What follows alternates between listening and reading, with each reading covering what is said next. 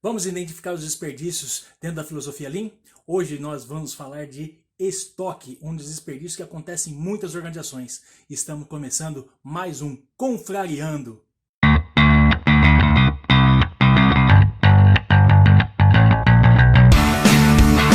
O primeiro desperdício é a questão da produção extra ou produção excessiva. Fazer mais do que o necessário, né? Isso provavelmente vai gerar outras perdas. Um exemplo, o próprio estoque que a gente vai falar.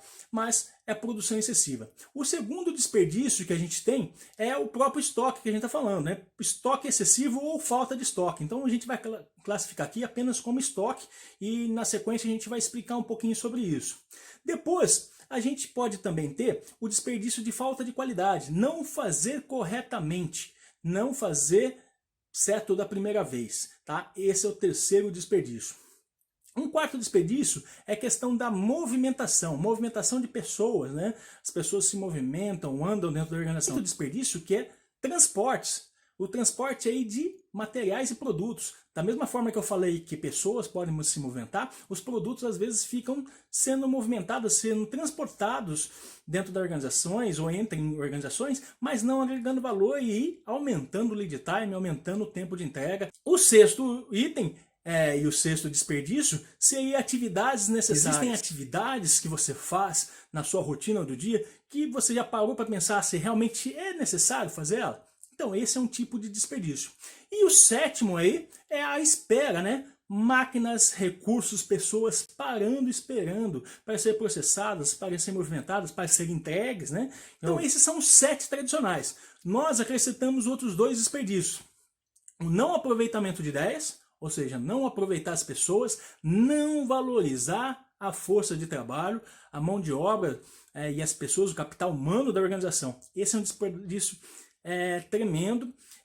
Não só nós confraria, mas existem algumas biografias e existem algumas organizações que já consideram esse desperdício, porque as pessoas devem ser trabalhadas. Por isso que a gente sempre fala que no Lean não é simplesmente uma ferramenta e depende de muitas pessoas, então a gente tem que considerar isso. E o nono desperdício que a gente vai considerar, e a gente vai gravar um vídeo também a respeito, que é a falta de ergonomia. Então, ter o estoque em excesso é, sim, custo do dinheiro que eu comprei o material, comprei o produto, estou guardando ele, é custo de possível avaria, é custo de seguro, é custo do espaço físico, é custo de perdas aí, de seguros e outras coisas mais, então tem um custo. Só que, como eu falei, não ter pode custar a perda do meu cliente, pode custar o não atendimento de uma demanda, e isso pode, de certa forma, gerar um dano maior. Então a gente tem que trabalhar estratégias para ter a quantidade correta, para a gente conseguir atender isso. E ao visitar a empresa, andando durante toda a fábrica, a gente via produtos não terminados ao decorrer de toda a fábrica, em decorrer de todos os processos, né? Então, inúmeros produtos empilhados lá de máquinas no meio dos corredores, né? E ao perguntar ao proprietário da organização o que era aquele estoque, ele falou assim: não, Leonardo, fica tranquilo, isso não é estoque, tudo isso já está vendido. Né? Então uma visão ainda errada, né? E a pergunta que eu fiz para ele em contrapartida foi assim: tá, então isso não é estoque, tá? Você pagou sua matéria-prima à vista? E ele respondeu que sim. E aí na sequência eu já perguntei, né, qual que era o prazo dele de entrega. Ele falou: não, meu lead time, meu tempo de prazo é 60 dias. E eu falei assim: você dá mais alguma carência, né, para o seu cliente te pagar? Ele falou assim: mais 30.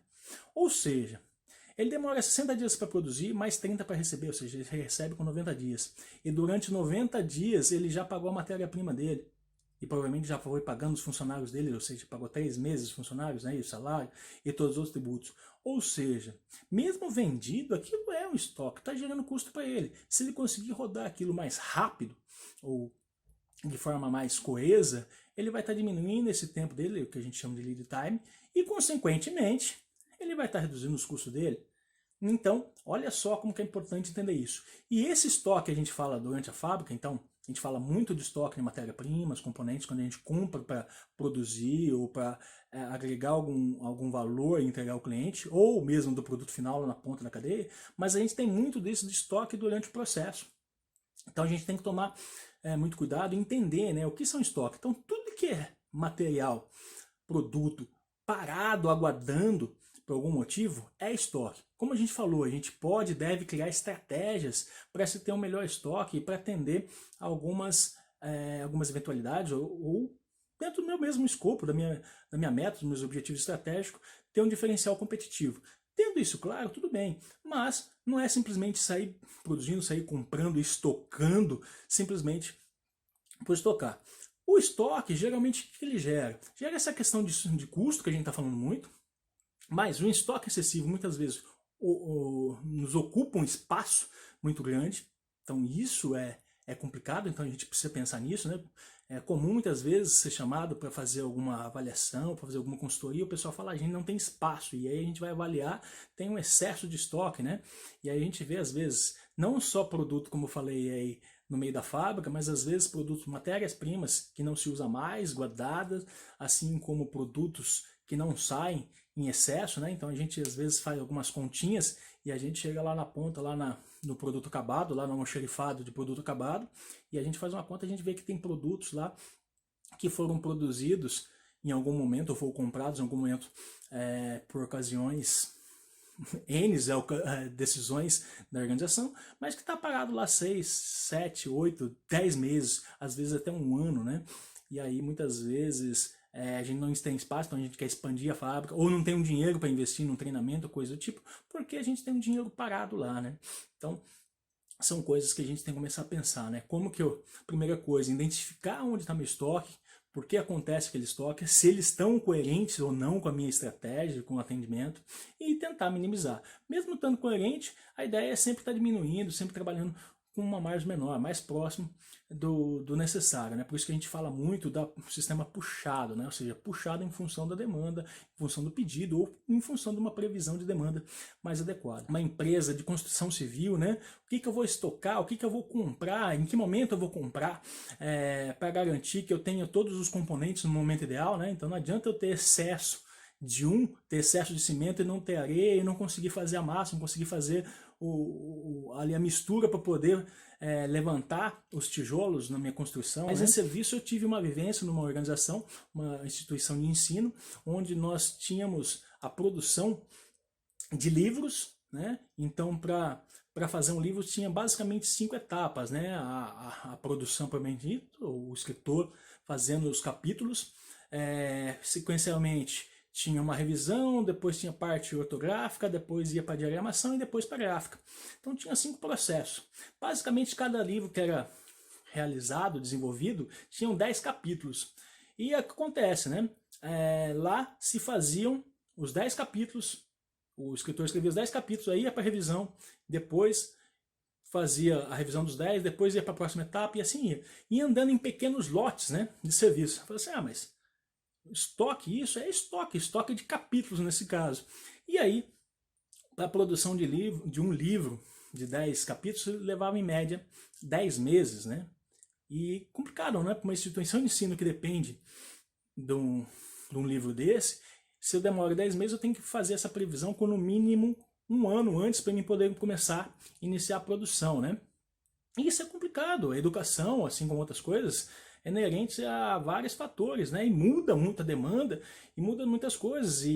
Então, o que eu produzo primeiro? O que eu produzo? Se eu tomar uma decisão um ano antes e mudou no meio do ano, muito complicado. O que a gente fez? A gente mudou a forma de processo, tentando minimizar ou diminuir esse estoque em processo. Ou seja, agora não vai mais andar com lotes de 10 capítulos. Agora, a cada capítulo a gente vai para uma próxima etapa.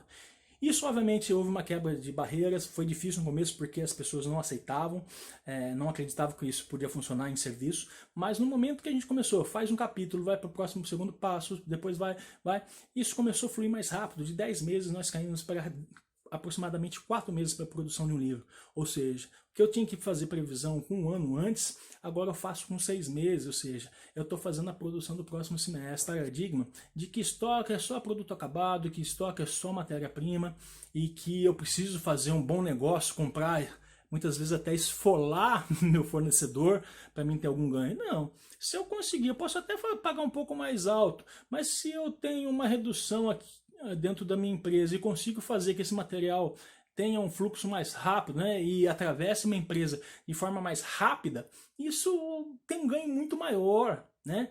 financeiramente, diretamente, mas também até mesmo o que a gente falou, de espaço, de qualidade, e N coisas, né, de menos espera, mas fica mais fácil administrar, fica muito mais fácil a fazer, a garantir as informações, garantir um inventário, garantir a acuracidade das informações, ou seja, a assertividade das informações. Então tudo isso tem que ser pensado, tudo isso tem que ser analisado, tá? Então estoque ou a falta de gestão de estoque é um grande problema nas organizações. Fazer sob demanda. Fazer sob demanda é justamente isso. Você não consegue ser exatamente em cima da demanda, mas fazer uma previsão, ser mais assertivo, ser mais rápido para ter um melhor resultado, tá? Então são essas algumas características do estoque.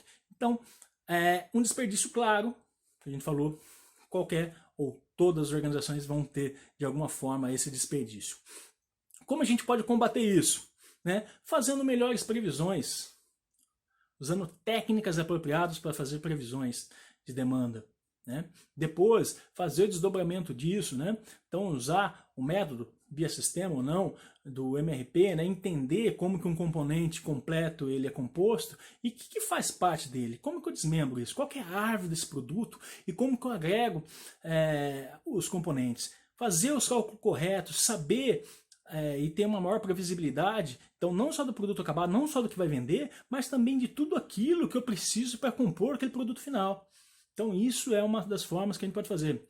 Paralelamente a isso, ter bem definido e trabalhar de forma coerente o processo de planejamento e programação e controle de produção, o famoso PPCP ou PCP, né, que muitas empresas, principalmente indústria, têm departamento, mas mais do que um departamento, todas as outras empresas, sendo indústria, sendo varejo, sendo serviços, precisa planejar suas atividades, uma maior assertividade e ter o material, o produto ou as pessoas somente no momento necessário e não ficar excesso, e não ficar um estoque em processo.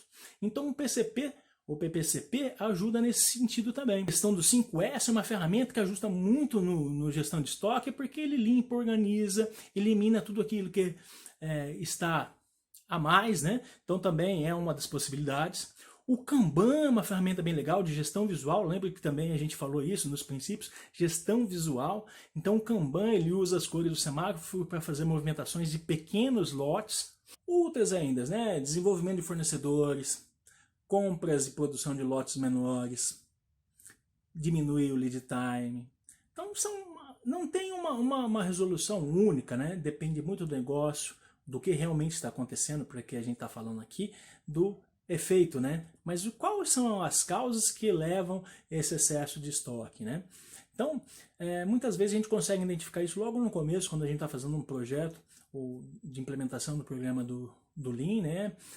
Que é justamente quando a gente começa a fazer o VSM, né? O mapa de fluxo de valor, e dentro do mapa de fluxo de valor a gente começa a mapear, obviamente, os processos, desde o cliente até o meu fornecedor, e aí a gente começa a entender onde tem estoque, onde tem produto parado, onde tem informação parada, e depois onde a gente vê que obviamente tem os excessos, onde está desnivelado, aí onde tem uma grande quantidade, a gente vai a fundo entender quais são as causas raízes, entender o porquê aquilo está acontecendo. O importante é entender e começar a identificar. No começo, antes de sair fazendo a melhoria, lembre-se lá da nossa pirâmide de 4 P's. Primeiro é trabalhar a filosofia, depois entender meus processos, e aqui é onde a gente está, entender meus processos e quais são os desperdícios, e como a gente consegue enxergar, mapear os desperdícios. Depois a gente trabalha liderança, e só depois, liderança e pessoas, a gente vai começar a pensar em melhorias propriamente dita. Ok? Esses são algumas dicas, esses são alguns caminhos para a gente começar a pensar nos desperdícios e pensar, obviamente, em ganho de produtividade, em ganho para a nossa organização, para a sua organização e até mesmo, por que não, para a sua vida.